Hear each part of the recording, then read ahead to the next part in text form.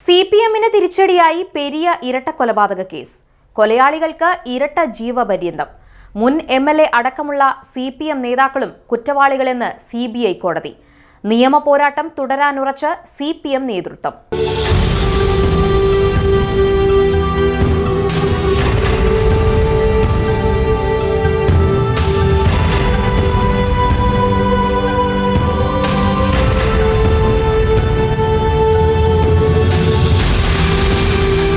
TP. Chandrasekharan വധം പോലെ CPM നേതൃത്വത്തിന് തിരിച്ചടിയായി പെരിയ ഇരട്ട കൊലപാതക കേസും. സിപിഎം നേതാക്കളടക്കം പെരിയ വധക്കേസിൽ പ്രതികളാണെന്ന് കണ്ടെത്തിയ സിബിഐ കോടതി പ്രതികൾക്ക് ഇരട്ട ജീവപര്യന്തം ശിക്ഷ വിധിച്ചതോടെ ന്യായീകരിക്കാനാവാത്ത വിധത്തിൽ പ്രതിസന്ധിയിലായിരിക്കുകയാണ് സിപിഎം നേതൃത്വം. കാസർകോട്ടെ പെരിയയിൽ യൂത്ത് കോൺഗ്രസ് പ്രവർത്തകരായിരുന്ന ശരത് ലാലും കൃപേഷും കൊല്ലപ്പെട്ടത് 2019 ഫെബ്രുവരി 17-നായിരുന്നു. കൊലയ്ക്ക് പിന്നിൽ രാഷ്ട്രീയ വൈരാഗ്യം തന്നെയാണെന്നും സിപിഎം നേതൃത്വം അറിഞ്ഞു തന്നെയാണ് കൊല നടന്നതെന്നും അന്നേ വ്യക്തമായിരുന്നു.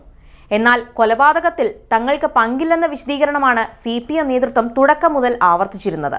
പിന്നീട് നടന്ന തെരഞ്ഞെടുപ്പുകളിലെല്ലാം പെരിയയിലെ ഇരട്ട കൊലപാതകവും സിപിഎമ്മിന്റെ കൊലപാതക രാഷ്ട്രീയവും തുടർ ചർച്ചകളാവുകയും ഇടതുപക്ഷത്തിന് വൻ തിരിച്ചടികൾ നേരിടേണ്ടതായും വന്നു. സിപിഎമ്മിന്റെ ശക്തി കേന്ദ്രമായിരുന്ന കാസർഗോഡ് ലോക്സഭാ സീറ്റ് ഇടതുപക്ഷത്തിന് നഷ്ടമാവുകയും ചെയ്തു.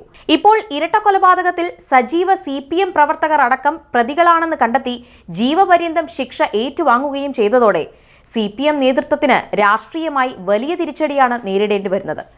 കൊലപാതകത്തിൽ കുറ്റവാളികൾ എന്ന് കോടതി കണ്ടെത്തിയ 10 പ്രതികൾക്ക് ഇരട്ട ജീവപര്യന്തം ശിക്ഷയാണ് വിധിച്ചത്. കൊല നടത്തിയ 1 മുതൽ 8 വരെയുള്ള പ്രതികൾക്കും ഗൂഢാലോചന നടത്തിയ 10, 15 എന്നീ പ്രതികൾക്കുമാണ് ഇരട്ട ജീവപര്യന്തം ശിക്ഷ വിധിച്ചിരിക്കുന്നത്. ഇവർക്ക് 2 ലക്ഷം രൂപ പിഴയും വിധിച്ചിട്ടുണ്ട്.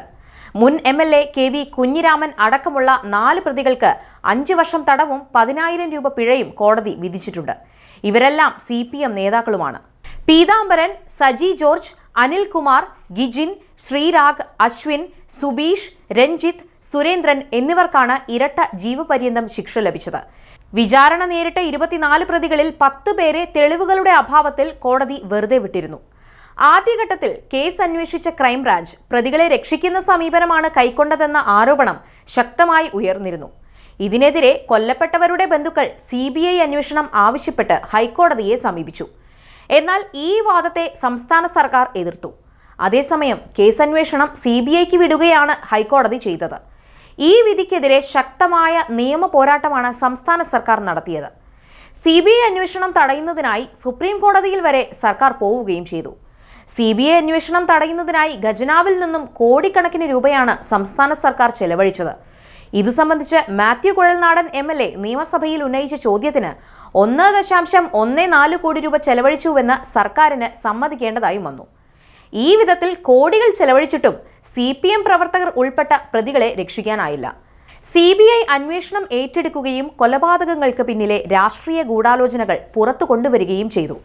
മുൻ എംഎൽഎ അടക്കം കുറ്റവാളികളാണെന്ന് കണ്ടെത്തുകയും ശിക്ഷ വിധിക്കുകയും ചെയ്തതോടെ തങ്ങളുടെ കൈകൾ ശുദ്ധമാണെന്ന് തെളിയിക്കാൻ സിപിഎം നേതൃത്വത്തിന് നന്നായി കഷ്ടപ്പെടേണ്ടതായി വരും. ഇപ്പോഴത്തെ വിധിക്കെതിരെ മേൽക്കോടതിയിൽ അപ്പീൽ പോകാനാണ് സിപിഎം തീരുമാനം. അതേസമയം പ്രതികൾക്ക് ജീവപര്യന്തത്തിന് പകരം വധശിക്ഷ കിട്ടുമെന്ന പ്രതീക്ഷയായിരുന്നുവെന്നാണ് കൊല്ലപ്പെട്ടവരുടെ ബന്ധുക്കളുടെ പ്രതികരണം.